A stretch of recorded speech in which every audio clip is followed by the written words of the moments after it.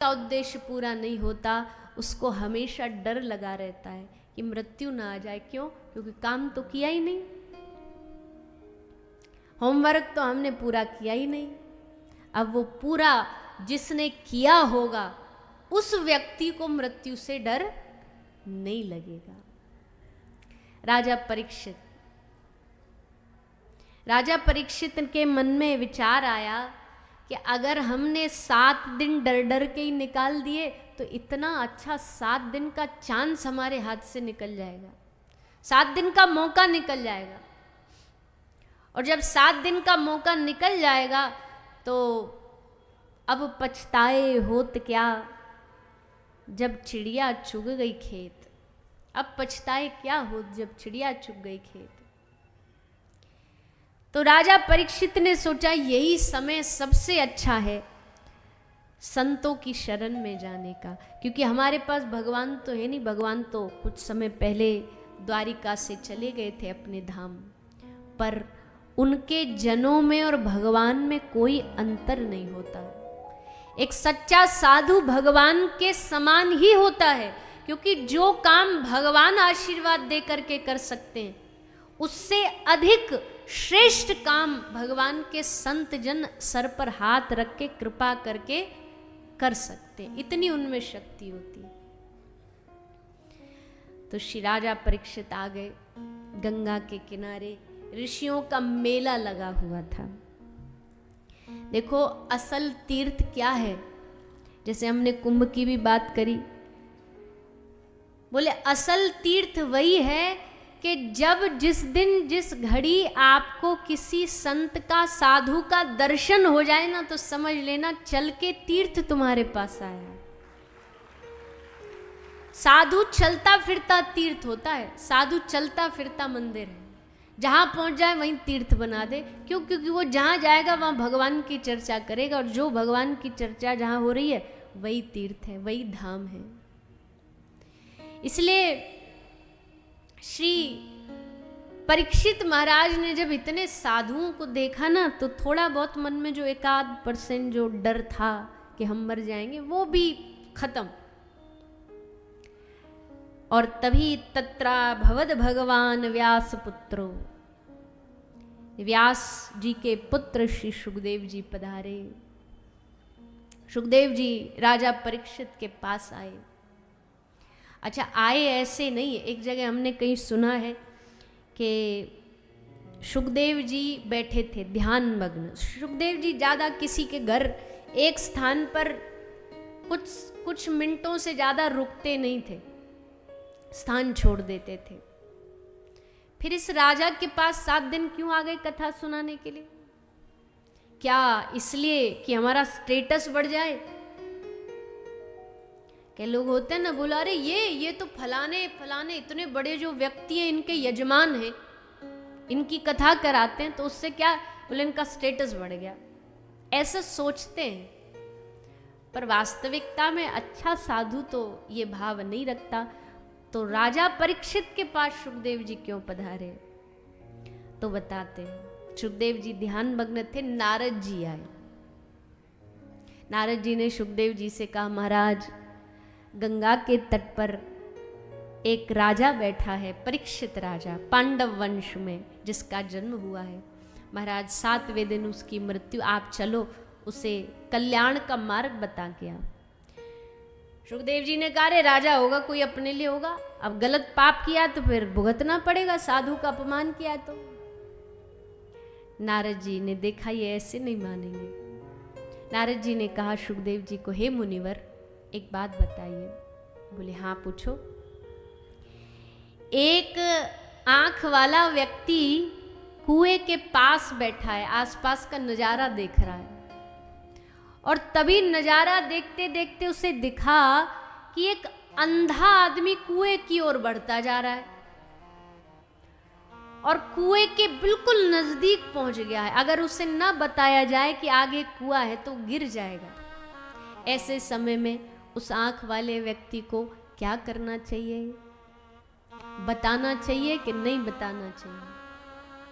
सुखदेव जी बोले कैसी बात कर रहे हो नारद जी, अरे क्यों नहीं बताना चाहिए, भगवान ने आंख दिए, इसीलिए आंख दिए कि जो अंधा है पानी में गिर रहा है, कुएं में गिर रहा है, उसको बचाए, इसलिए तो भगवान ने उसको ये गुण दिया, आंखें दी। जैसे सुखदेव जी ने कहा, नारद जी ने हाथ जोड़ के कहा, तो हे प्रभु यही तो हम कह रहे हैं, आप हैं आंख वाले, दृष्टि वाले, और वो राजा परीक्षित है दृष्टिहीन बेचारा अंधा, वो कुएं में गिर रहा है और आपके पास दृष्टि है, तो क्या आपको जाकर के उसे बचाना नहीं चाहिए? क्या आपको जाके रोकना नहीं चाहिए? सुखदेव जी खूब हंसे, नारद जी आपसे भला कौन जीत पाया है, आप जिसको चाहे उसको मनवा लेते हो, आपसे कोई भी तर्क में जीत नहीं सकता, चलो हम जाएंगे। और तब श्री सुखदेव जी पधारे राजा परीक्षित के पास गंगा के तट पर। देख करके श्री सुखदेव जी को राजा परीक्षित के हृदय में बात बैठ गई कि यही है हमारे गुरुदेव, यही हमारा कल्याण करेंगे, यही हमारी नैया भव सागर से पार उतारेंगे। और तब राजा परीक्षित उनके चरणों में बैठ के निवेदन करते हैं। श्री सुखदेव जी कथा सुनाना आरंभ कर रहे हैं।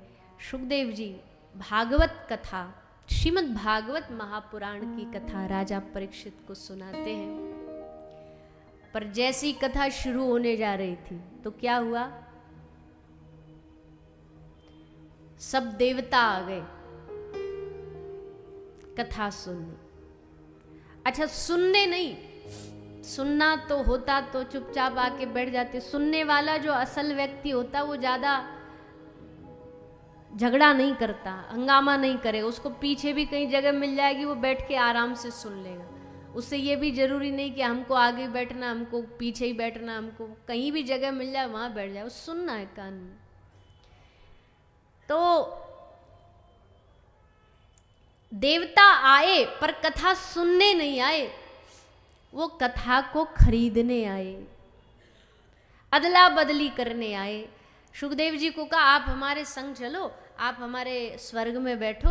अब यहाँ तो आप कहाँ झाड़ियों के नीचे, पेड़ के नीचे बैठ के कथा सुना रहे हो, आपको स्वर्ग में ले जाएंगे, वहाँ आपके लिए रत्नों से जड़ा सिंहासन बनाएंगे, उस पे आपको बिठाएंगे, उस पे कथा कहोगे तो कितना आनंद आएगा। अब सुखदेव जी को लालच दे रहे हैं, पर सुखदेव जी को लालच में फंसने वाले साधु थोड़ी है। श्री सुखदेव जी ने कहा कि हमको तुम्हारे स्वर्ग का कोई स्वार्थ नहीं है। अच्छा ठीक है, स्वर्ग का नहीं है तो ये राजा मरने वाला है, इसको एक ही चीज बचा सकती है, अमृत, और वो हमारे पास है इस कलश में। लीजिए महाराज, आप अमृत ले लीजिए और हमको कथा सुना दीजिए। फिर सुखदेव जी ने फटकार लगाई, क्व सुधा क्व कथा लोके क्व कांच क्व मनिर्मान। कोई आदमी तुम्हारे पास हीरा लेने आए और हीरे के बदले तुमको कांच दे के तुमसे हीरा मांगे तो दोगे? कि लो भैया ये कांच ले लो, इसकी बदले हीरा दे दो। सुखदेव जी कह रहे तुम्हारा अमृत कांच के समान है और मेरी ये जो श्रीमद् भागवत कथा है ये भगवान की कथा हीरे के समान है। कोई दोनों में कोई समानता ही नहीं है, कंपैरिजन ही नहीं है। इसलिए तुम अपना कलश उठाओ और यहाँ से विदा हो जाओ। अगर तुम सच्चे कथा के जिज्ञासु होते तो मोल भाव नहीं करते, आराम से बैठ के जैसे सब बैठे कथा सुनते। कई लोग कथा कम, वो कथा में सीट के लिए लड़ते झगड़ते रहते हैं। अब व्यवस्था देखो, वैसे कथा में कोई वीआईपी नहीं होता, कोई वीआईपी नहीं है, सब बराबर है। पर थोड़ी व्यवस्था बनाने के लिए अब जो कथा कराता उसे लगता है भाई हमारे लोग आए, ऐसा ना हो धक्का मुक्की में कहीं दिखे ही ना, कोई उनको भेज ना दे, तो थोड़ी व्यवस्था बना देते हैं। ये पास रख दिया कि तुम आगे। अब जिनके पास नहीं है वो कथा तो कम सुनेंगे, वो दरवाजे पर यही लड़ते रहेंगे, पास कहाँ से मिलेगा, हमको ये चाहिए, हमको ये चाहिए। मतलब आप लोग ऐसे नहीं हैं, हम तो एक बात बता रहे हैं। अब आप लोग के साथ तो अभी 4 दिन रहना है, आपको कैसे कह दें। पर कई होते हैं वो माथा पच्ची करते रहेंगे। अच्छा कथा में आ भी गए, आगे भी बैठ गए, तब भी तसल्ली नहीं होती, अब मंच पे चढ़ना है। अब मंच की लड़ाई है। मंच पे सब कह रहे हैं भैया ऊपर मत जाइए, भैया ऊपर मत। तू जानता हम कौन है? तो भैया हम तो नहीं जानते कौन है। पर फिर मंच की लड़ाई होती है, फिर स्वागत की लड़ाई होती है कि भाई कौन जाकर के व्यास जी के हाथ से सम्मान प्राप्त करेगा। पर ये व्यवस्थाओं के लिए बनाया गया है, ये व्यवस्थाएं हैं, ना कि किसी व्यक्ति को बड़ा और छोटा करने। सब समान है। ठाकुर जी की कथा जो श्रवण करने आया सब भगवान के भक्त वैष्णव हैं, जिसको जहाँ जगह आप और हम तो फिर भी स्थान के लिए लड़ जाएंगे। भगवान के जो परम भक्त होते हैं ना, भगवान के परम सेवक हैं श्री हनुमान जी महाराज।